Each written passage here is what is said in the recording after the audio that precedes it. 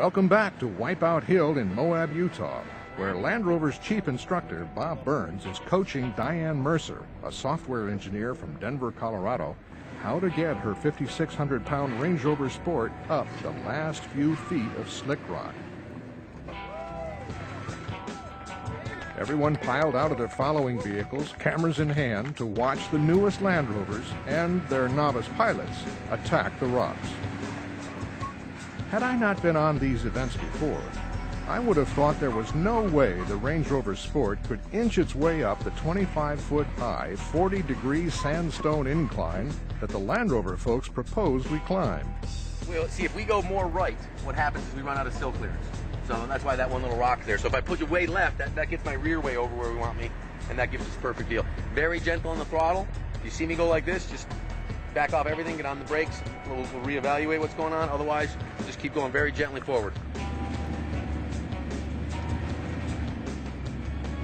With their eyes glued to the hands of their spotter, giving them directions, one by one the drivers crawled, scooted, and sometimes squealed up the rock face.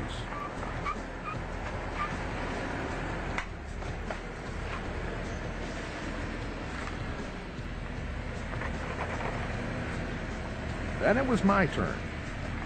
Jim Sweat had to stretch his hand signals way up so I could see where he wanted me to go. At this point, you forget finding your own way and put your faith in your spotter.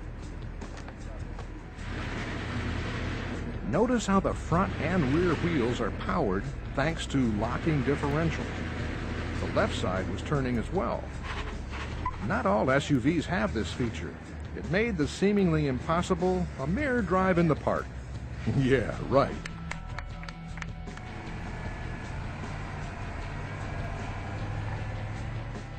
After Wipeout Hill, we drove over some of the vast, slick rocks that make the area famous.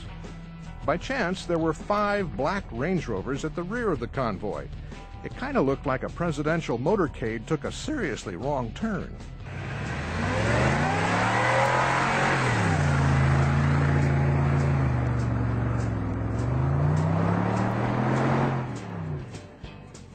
The final test of the day was a 300-yard-long sand dune hill climb.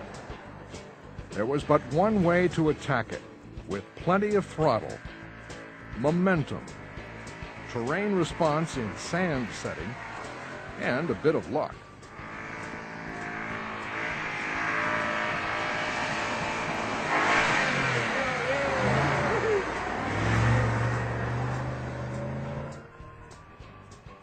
After a stop to check that there were no gashes in the tires or other damage, the group headed for the barn, literally.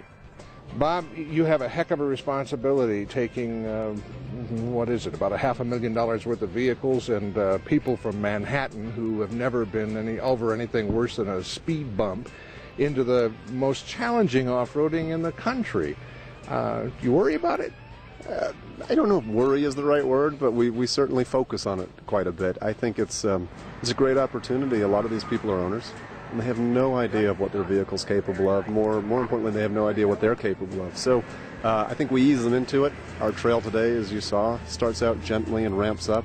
It's interesting to see people as they come through. Can we get over this rock? And it's the size of a baseball. And by the end of the day, they're scaling Wipeout Hill, and really looking back and say that was no big deal. We spend a lot of time on education with them to understand what the vehicle is capable of and what they're capable of.